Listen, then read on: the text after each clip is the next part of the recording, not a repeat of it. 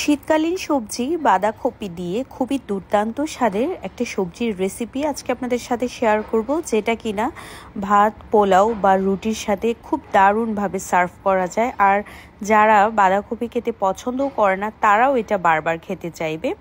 খুবই সহজভাবে তৈরি করা এই ভাজিটার জন্য যা যা লাগছে, নিয়েছি টমেটো, তারপর আমি এখানে দিব মটরশুঁটি, তারপর নিয়েছি পেঁয়াজ কলি আর নিলাম বাঁধাকপি, আরও কিছু ইনগ্রিডিয়েন্টস অ্যাড করব।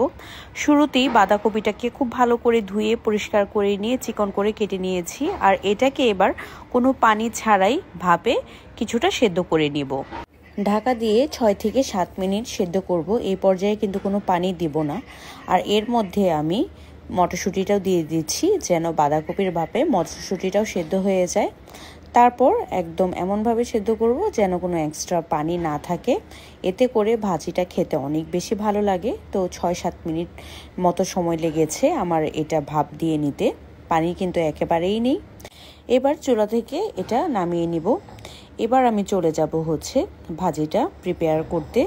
এর জন্য কড়াইয়ে দিয়েছি পরিমাণ মতো তেল। আর বাঁধাকপি ভাজিতে কিন্তু তেলের পরিমাণটা একটু বেশি লাগে।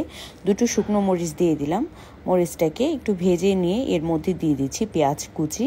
যে পরিমাণ বাঁধাকপি ভাজি করবেন সেই অনুপাতে অল্প বা বেশি পেঁয়াজ দিয়ে দিলেই হবে। পেঁয়াজের কালারটা চেঞ্জ হয়ে গেলে এখানে আমি একটা টমেটো এরকম একটু লম্বা করে কেটে দিয়ে দিচ্ছি। টমেটোটাকে একটু ভেজে নিব পেঁয়াজ আর তেলের মধ্যে। এবার এখানে দিয়ে দিচ্ছি সামান্য পরিমাণ আদা রসুন বাটা। এখানে আমি 1/2 চা চামচ আদা রসুন বাটা দিয়েছি। পরিমাণ মতো লবণ দিলাম আর দিলাম 1/2 টেবিল চামচ পরিমাণ হলুদের গুঁড়া। এটা কিন্তু চাইলে বাদও দিতে পারেন, তবে এই ভাজিটার মধ্যে হলুদের গুঁড়া দিলে কালারটা খুব সুন্দর আসে। টমেটোটাও কিন্তু এবার নরম হয়ে গিয়েছে, যেহেতু শীতের টমেটো তাই সহজেই গলে যায়। এখানে একটা ডিম দিয়ে দিচ্ছি। আর এই ডিম কিন্তু বাঁধাকপির মধ্যে খুব সুস্বাদু একটা স্বাদ নিয়ে আসে। এবার এখানে দিয়ে দিলাম 4-5টা ছিঁড়ে রাখা কাঁচামরিচ। আর এটা দিয়ে ঝাল হবে না, কিন্তু খুব সুন্দর একটা ফ্লেভার আসবে। এবার সব কিছু একসাথে ভালো করে মিশিয়ে নিয়ে সেদ্ধ করে রাখা বাঁধাকপি মটরশুঁটিগুলো এই ডিমের মধ্যে দিয়ে দিলাম। খুব ভালো করে সব কিছু কিন্তু মিশিয়ে নিচ্ছি। আর এই ভাজিটা করার সময়ই কিন্তু খুব সুন্দর একটা স্মেল পাওয়া যায়।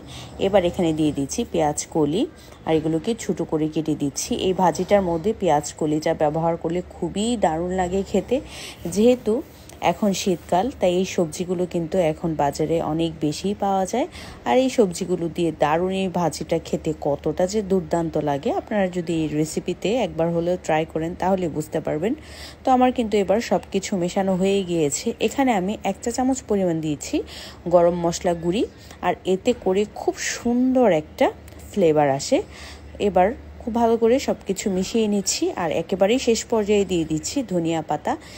চুলায় আর 4 থেকে 5 মিনিট সময় এটাকে আমি রান্না করব। সব কিছু কিন্তু খুব ভালোভাবে সেদ্ধ হয়ে গিয়েছে, যেহেতু বাঁধাকপিটা আমি আগেই ভাপ দিয়ে নিয়েছিলাম। এই লাস্ট পর্যায়ে এসে চুলার হিটটাকে একটু বাড়িয়ে দিয়ে এই রান্নাটা কমপ্লিট করব। আমার বাঁধাকপি ভাজিটা কিন্তু এবার একেবারেই রেডি।